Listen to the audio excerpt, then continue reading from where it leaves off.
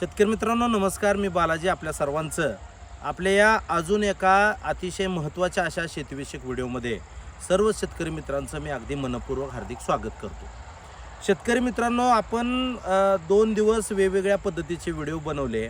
याच्यानंतर बऱ्याच शेतकरी मित्रांचे काय प्रश्न आहेत की पाऊस उघडला आहे आणि आत्ताच्या पिरियडमध्ये आपण कलिंगड आणि खरबूजमध्ये कशा पद्धतीनं लागवडी या केल्या पाहिजे. आता म्हणजे आपण जो पूर्वी व्हिडिओ केला त्याच्यामध्ये आपण या वर्षी संपूर्ण जो हंगाम आहे तो कशा पद्धतीनं करायला पाहिजे याच्याबद्दल चर्चा केली होती.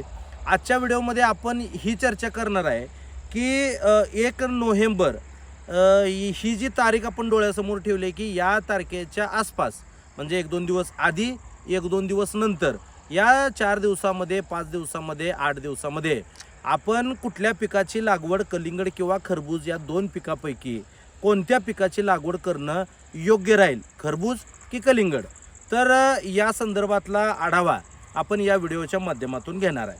तर शेतकरी मित्रांनो, साधारण आपलं कलिंगड असेल किंवा खरबूज असेल या पिकांचा जो कालावधी आहे तो साधारण आपण लमसम 60 दिवसाचा पकडतो. परंतु आत्ताचा जो पिरियड आहे तो थंडीचा आहे. आता येणाऱ्या काळामध्ये थंडी असेल, सूर्यप्रकाशाची कमतरता असेल आणि जितका सूर्यप्रकाश कमी भेटेल दिवसाचा तर तितकंच त्याचा जो परफॉर्मन्स आहे तो आपल्याला 60 दिवसावरून 70 दिवसावर गेलेला बघायला मिळेल.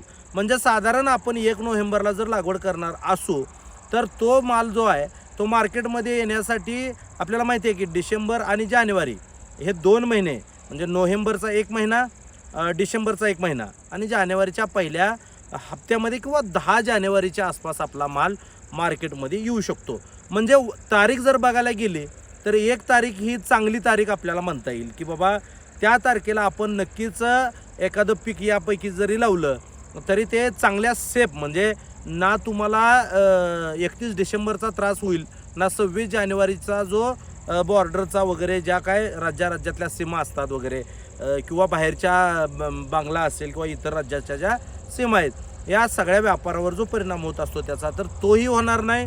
आणि जी चेन जी आहे ती जी 31 डिसेंबरच्या निमित्तानं जी विस्कळीत झालेली असते ती चेनसुद्धा चांगल्या पद्धतीनं परत पूर्वपदावर आलेली असेल की त्यावेळेस आपला माल मार्केटमध्ये येईल.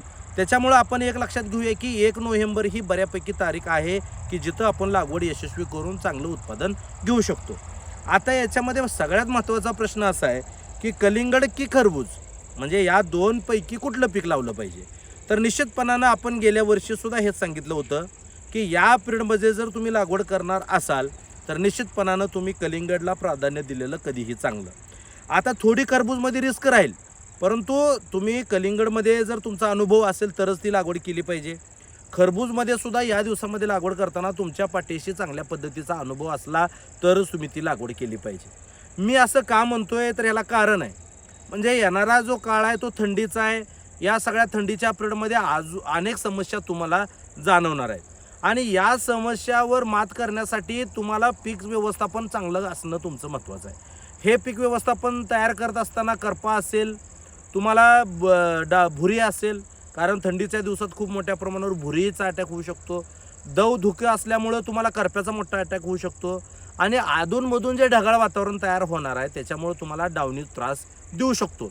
त्याच्यामुळे ही जी वेलवर्गीय पिकं आहेत त्याच्यामध्ये निश्चितपणानं तुम्हाला चांगलं व्यवस्थापन करावं लागेल तरच तुम्ही ही पिकं आणू शकता. आता तुलनेनं मी जे सांगतोय त्याच्यामध्ये तुम्हाला तुलनेनं कलिंगड कमी रिस्की राहील परंतु खरबूज थोडंसं जास्त रिस्की राहील. पण खरबूज आपण आणू शकतो म्हणजे चांगल्या पद्धतीनं खरबूज आणू शकतो. आता खर्चाचा जर आपण विषय बघितला तर साधारण 70,000मध्ये तुम्ही कलिंगडचं उत्पादन घेऊ शकता एकरी आणि 1,00,000 रुपयामध्ये तुम्ही खरबूजचं उत्पादन घेऊ शकता. 70,000मध्ये तुम्ही कलिंगडचं उत्पादन घेऊ शकता. तर ही 2 पिकं आपल्या समोर आहेत. आता याच्यापैकी आपण गेल्या वर्षीसुद्धा सांगितलं होतं की कलिंगडचा जो खप आहे तो खरबूजच्या काही पटीनं अधिक होणारा खप आहे. आणि दुसरी गोष्ट अशी आहे की त्याच्यामध्ये कलिंगड आहे. कलिंगडामध्ये अजून सेगमेंट नाहीत बरेच परंतु खरबूजमध्ये मात्र तुम्हाला कुंदन आहे, त्याच सेगमेंटमधलं लायलपूर आहे, त्याच्यामध्ये बॉबी आहे, त्याच्यामध्ये तुम्हाला कोहिनूर आहे. त्याच्यामुळं तिथं व्हेरिएशन बरंच असल्यामुळं तुमचा गोंधळ तिथं निश्चितपणानं होऊ शकतो. आता याच्यातलं जर तुम्ही बघितलं तर एक व्हरायटी लोकलची आहे, एक व्हरायटी तुम्हाला उत्तर भारतामध्ये चालणारी आहे, एक व्हरायटी एक्सपोर्टला जास्त पद्धतीनं भारताबाहेर चालणारी एक व्हरायटी त्याच्यामध्ये आहे. त्याच्यामुळं तुम्हाला बराच तिथं अभ्यास करावा लागेल की आपल्याला एक्सपोर्ट चालू असेल का, तिथं उत्तर भारतातलं मार्केटिंग चालू असेल का, कारण थंडीचे प्रॉब्लेम येणार आहेत, वर थंडी असणार आहे भरपूर मोठ्या प्रमाणावर. आणि एक व्हरायटी असणार आहे जी लोकलला.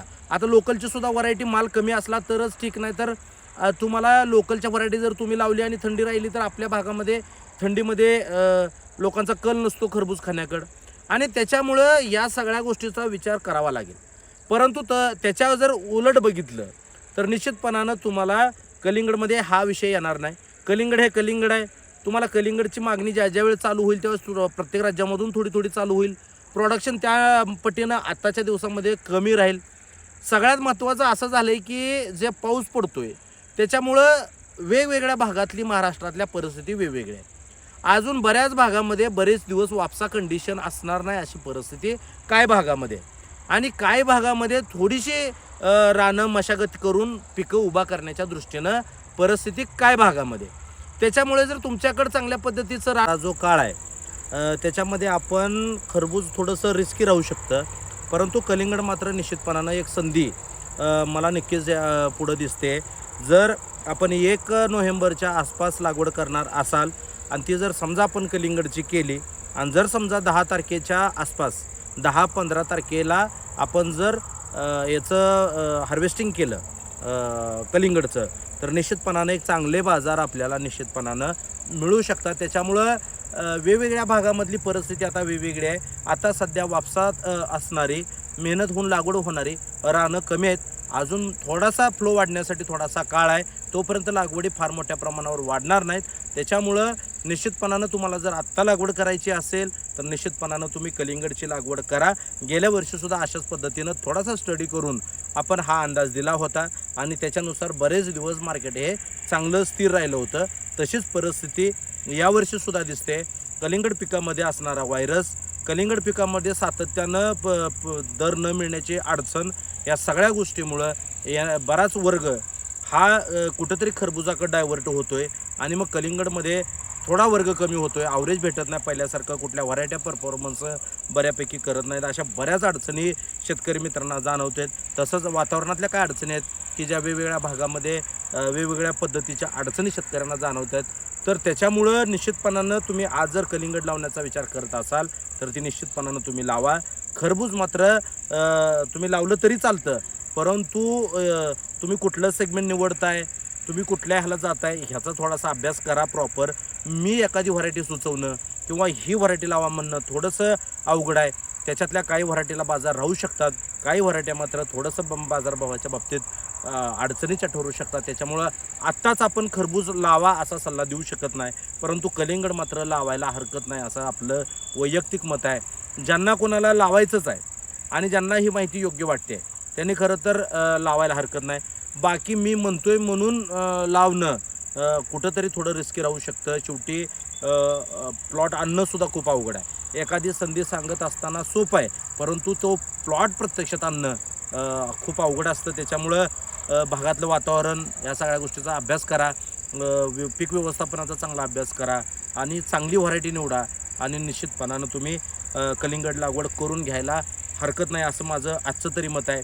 15 दिवसानंतर बघू आपण दुसऱ्या वेगवेगळ्या पिकामध्ये कशा पद्धतीने हे होतं असं, याच्याबद्दल पण आपण एक उद्या व्हिडिओ करूया की आत्ता आपण कशाच्या लागवडी करायला हरकत नाही किंवा कुठल्या लागवडी आपण टाळल्या पाहिजे, याचा व्हिडिओ उद्या करूया. आज मात्र कलिंगड उत्पादक जे असतील ज्यांना ते कलिंगड लावण्याचा त्यांचा मानस असेल त्याच्यामध्ये हा जो मी दिलेला जो अंदाज आहे आणि तुमच्या भागातली परिस्थिती, तुमच्या भागातल्या लागवडी याचा विचार करा आणि निर्णय घ्या. निश्चितपणानं चांगले पैसे आपले येणाऱ्या काळात नक्कीच होतील. धन्यवाद.